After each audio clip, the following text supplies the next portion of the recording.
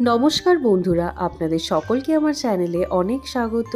ফিরে এসেছি অনেক দিন বাদে একটা গোল্ডেন ফ্রাইড প্রন রেসিপি নিয়ে। এটা সকলেরই প্রিয় একটা রেসিপি, যেটা আপনারা অনুষ্ঠান বাড়িতে খেয়ে থাকেন। আজকে আমি আপনাদের সঙ্গে শেয়ার করব বাড়িতে কিভাবে সহজ পদ্ধতিতে গোল্ডেন ফ্রাইড প্রন বানানো যায়। চলুন দেখে নেওয়া যাক রেসিপিটা।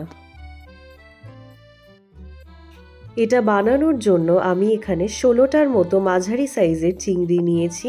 চিংড়িগুলোর লেজের অংশটা রেখে দিয়ে মাথাগুলো আর খোলাগুলো ছাড়িয়ে নিয়ে ভালো করে পরিষ্কার করে নিতে হবে। চিংড়িগুলোর থেকে উপরের যে কালো শিরাটা এইভাবে বের করে নিতে হবে। তারপর ছুরির সাহায্যে এইভাবে অল্প করে কাট লাগিয়ে নিতে হবে। চিংড়ি সবসময় ভাজতে গেলে গুটিয়ে যায়, তাই আমরা এইভাবে একটু করে কেটে নিচ্ছি মাঝখান দিয়ে, যাতে চিংড়িগুলো ভাজার সময় গুটিয়ে না যায়। এই একই পদ্ধতিতে বাকি চিংড়িগুলোর থেকেও কালো অংশটা বাদ দিয়ে একটু একটু করে কাট লাগিয়ে নিতে হবে ছুরির সাহায্যে।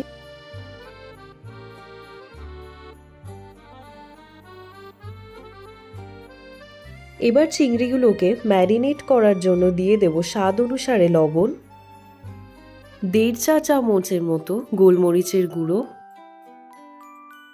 2 চা চামচ পাতিলেবুর রস। সব কিছু খুব ভালো করে একসাথে মাখিয়ে নিয়ে আধ ঘন্টার মতো ম্যারিনেট করে রেখে দেব। আপনাদের হাতে যদি কম সময় থাকে তাহলে 15-20 মিনিট রাখলেও চলবে। এবার একটা পাত্রে নিয়ে নিচ্ছি 3 টেবিল চামচ ময়দা, 1 চা চামচ গোলমরিচ গুঁড়ো। এবার সব কিছু একসাথে ভালো করে মিশিয়ে নিতে হবে। চিংড়িগুলো ম্যারিনেট হওয়ার পর এই ময়দার মিশ্রণে হালকা করে কোটিং করে নিতে হবে।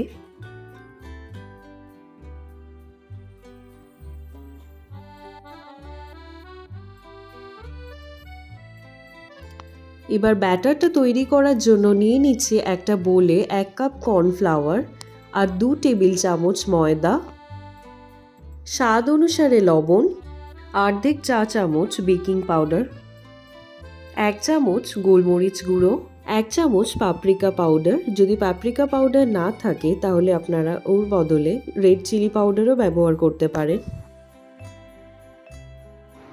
এবার সব কিছু ভালো করে মিশিয়ে নিয়ে ঠান্ডা জল দিয়ে ব্যাটারটা তৈরি করে নিতে হবে।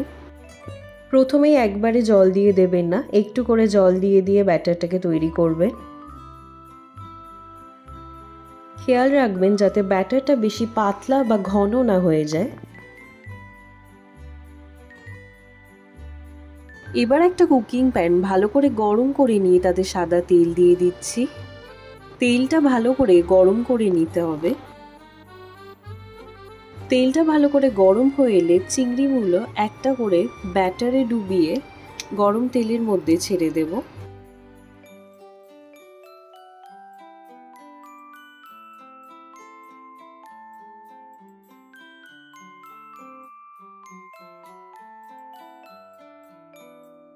একবারে বেশি করে চিংড়ি দেবেন না, তাতে ক্রিস্পি ভাবটা কম হতে পারে।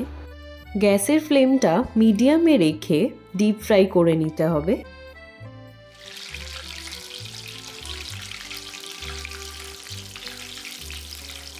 প্রনগুলো ভাজা হয়ে এসেছে, এবার এগুলো একে একে তুলে নিতে হবে।